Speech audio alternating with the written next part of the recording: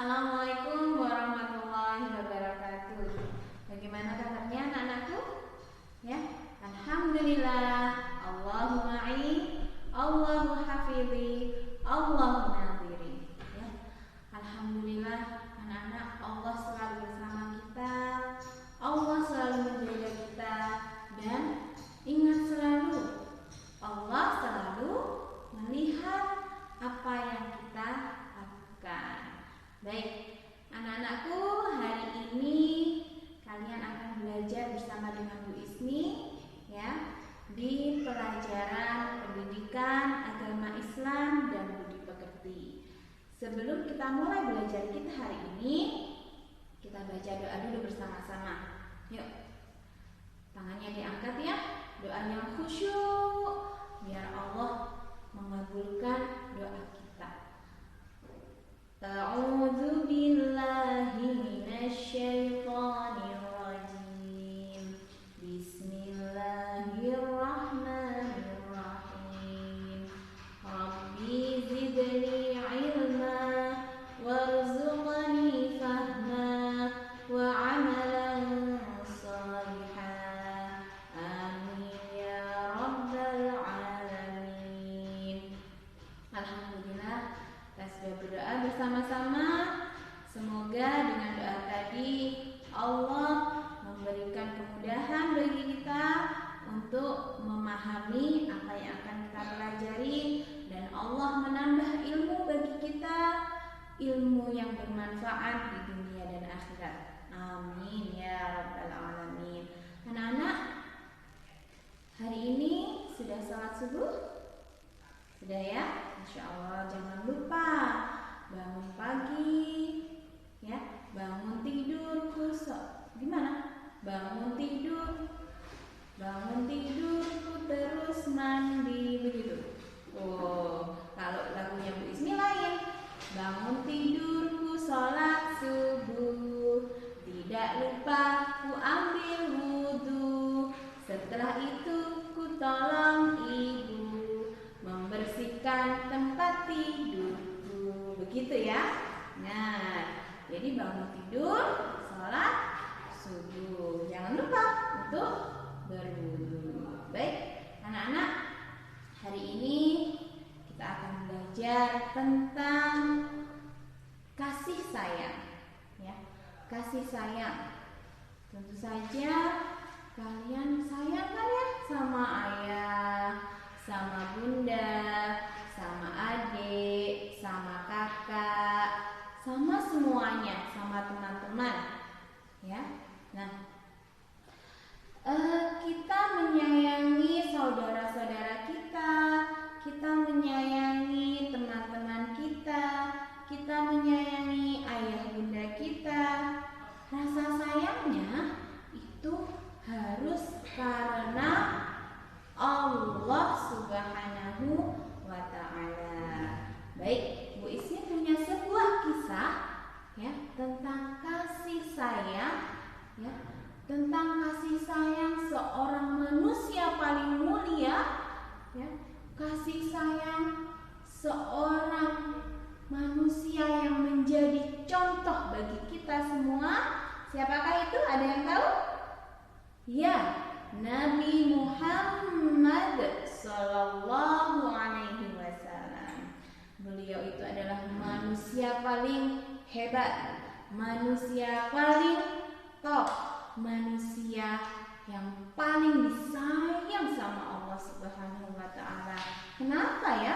Karena Nabi Muhammad itu adalah manusia yang paling taat kepada Allah Subhanahu wa ta'ala.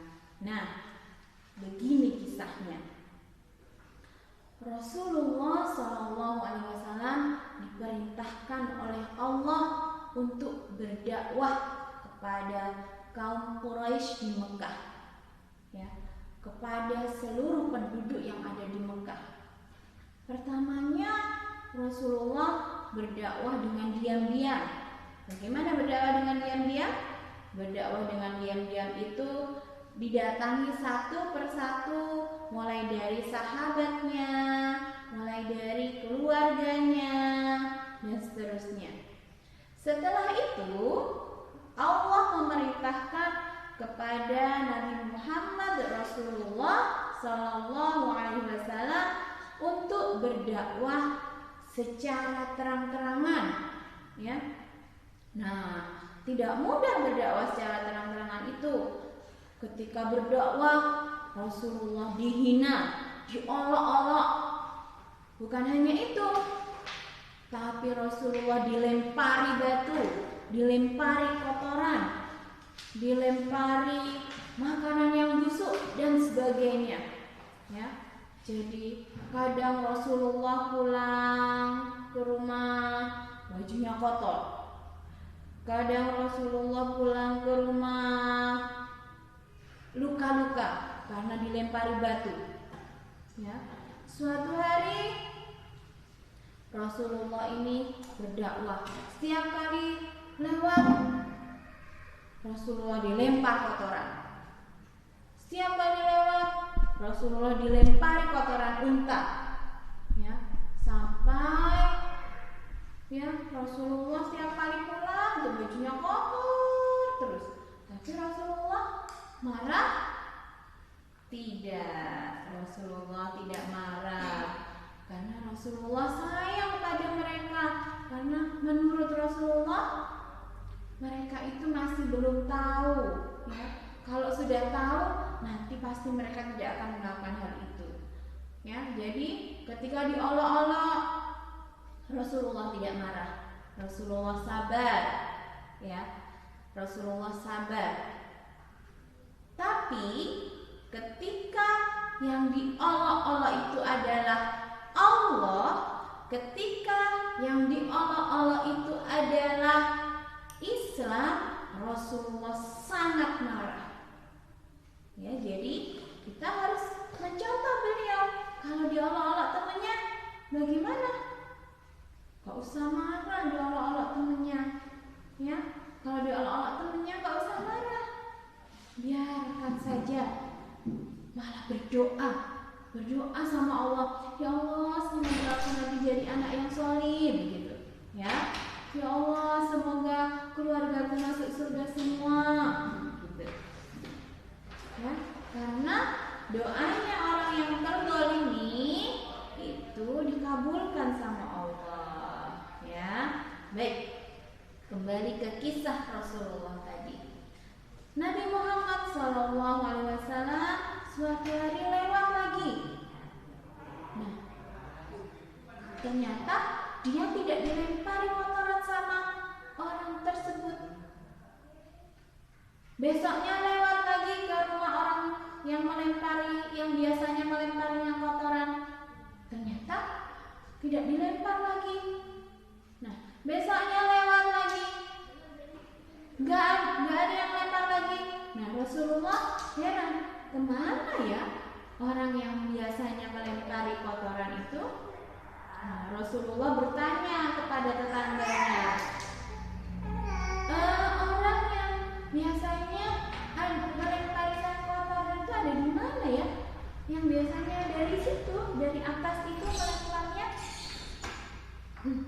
Ternyata orang tersebut sedang sakit, ya, sedang sakit. Nah, terus apa yang dilakukan Rasulullah? Apakah Rasulullah, rasain tuh, soalnya melempari aku kotoran, sekarang kamu dikasih sakit sama Allah? Enggak gitu. Apa yang dilakukan Rasulullah? Rasulullah yang memiliki kasih sayang. Rasulullah langsung pulang, mengambil buah-buahan dan diantarkan ke rumah orang yang sering melemparinya kotoran tersebut. Datanglah Rasulullah, tak tak tak tak, ya. Lalu siapa itu? Aku, Muhammad. Ya, begitu. Dibukalah pintunya. Benar, ternyata orang tersebut itu sedang sakit terbaring, tidak bisa bangun. Lalu dia menangis. Ya Allah, ternyata engkau Muhammad, engkau adalah satu-satunya orang yang menjengukku ketika aku sakit. Saudara-saudaraku pun belum ada yang menjengukku, kau sudah menjengukku. Padahal setiap hari aku melemparimu kotoran.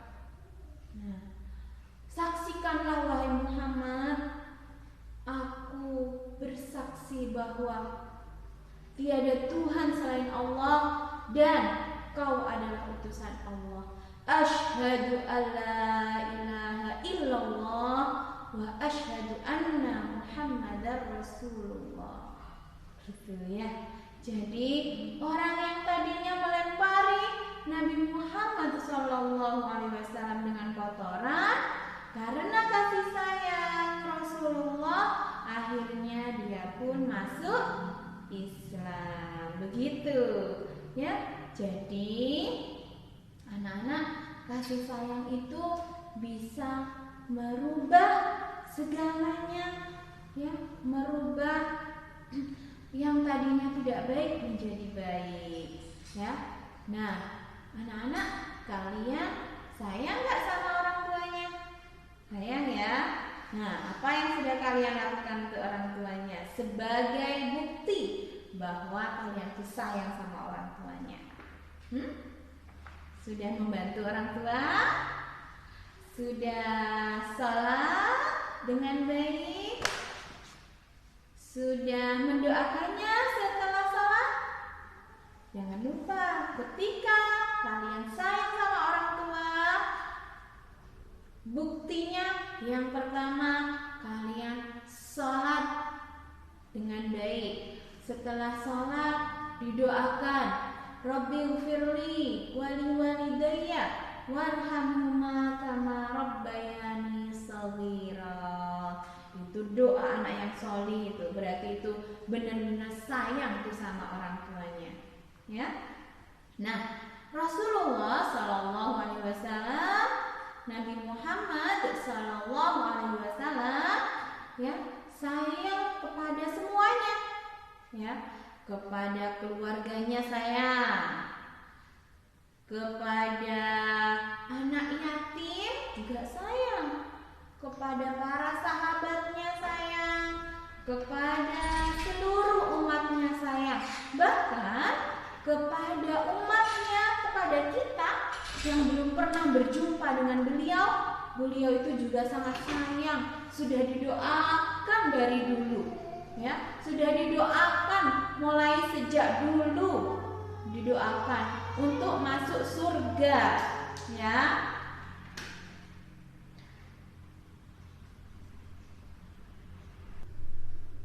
Rasulullah, ya, juga menyayangi hewan-hewan, menyayangi tumbuhan. Bahkan ketika berperang pun Rasulullah berperang, ya, berpesan kepada para sahabat, ya, untuk tidak merusak tanaman seperti itu.